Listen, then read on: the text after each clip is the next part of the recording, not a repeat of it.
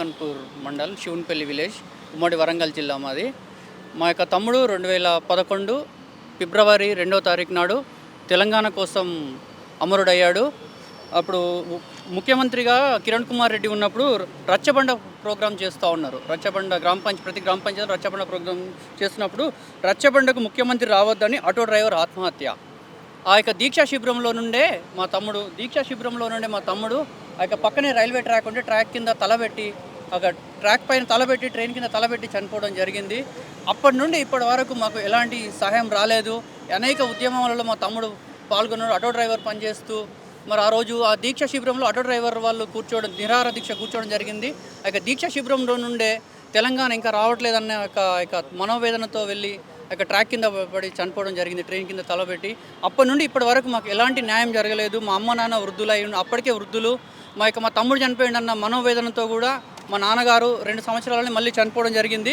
మా తమ్ముడు చనిపోయిన తర్వాత కూడా మేము అనేక మార్లు ఎమ్మెల్యేల దగ్గరికి, మంత్రుల దగ్గరికి, కలెక్టర్ దగ్గరికి వెళ్ళినప్పుడు 2016లో వాకాటి కరుణ మేడం 2016లో ప్రిన్సిపల్ సెక్రటరీకి ఈ యొక్క అబ్బాయి చనిపోయింది వాస్తవము, అమరవీరుడు, ఈ యొక్క అబ్బాయి తెలంగాణ కోసమే చనిపోయాడని 2016 సెప్టెంబర్ 23 తారీఖు నాడు వాకాటి కరుణ మేడము ప్రిన్సిపల్ సెక్రటరీకి ఈ యొక్క ఫైల్ను పంపడం జరిగింది.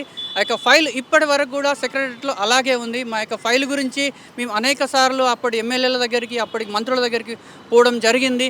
అయినప్పటికీ కూడా మా యొక్క ఫైల్ ఇంతవరకు మాకు అమరవీరులకు రావాల్సిన యొక్క ఎలాంటి బెనిఫిట్స్ మాకు గత ప్రభుత్వంలో రాలేదు. ప్రజెంట్ ఉన్న ప్రభుత్వంలో కాంగ్రెస్ ప్రభుత్వంలో వారు ఏదైతే హామీ ఇచ్చారో అమరవీరుల కుటుంబాలను మేము ఆదుకుంటాం, వారిని నిర్లక్ష్యం చేయము.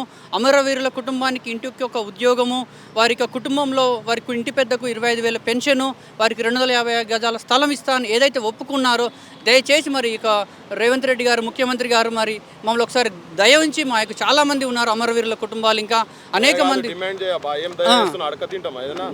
మా పరిస్థితి మేము ఎన్నోసార్లు తిరిగాం సార్. 10 సంవత్సరాల నుంచి మేము తిరుగుతున్నాం. 2016లో సెక్రటరీకి వస్తే మా యొక్క ఫైలు ఇప్పుడు 8 సంవత్సరాలు అవుతుంది.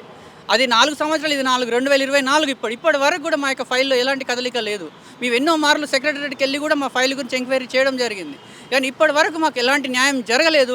గత ప్రభుత్వంలో మాకు జరగలేని న్యాయం ఈ యొక్క కాంగ్రెస్ ప్రభుత్వంలో జరుగుతుందని మేము ఆశిస్తున్నాము.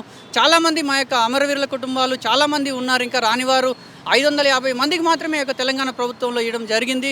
ఇంకా 650 మంది, 1200 మంది అంటే 650 మంది వరకు ఉన్నారు. మా యొక్క డిమాండ్ల ప్రకారం ఏదైతే మీరు స్వతహాగా మీ యొక్క మేనిఫెస్టోలో ఏదైతే మెన్షన్ చేశారో దానినే మేము ఇవ్వాలని మేము డిమాండ్ చేస్తున్నాం. మా యొక్క అమరవీరులను ఈ యొక్క ప్రభుత్వంలో నన్ను ఆదుకుంటుందని ఆశిస్తూ మేము వేడుకుంటున్నాం.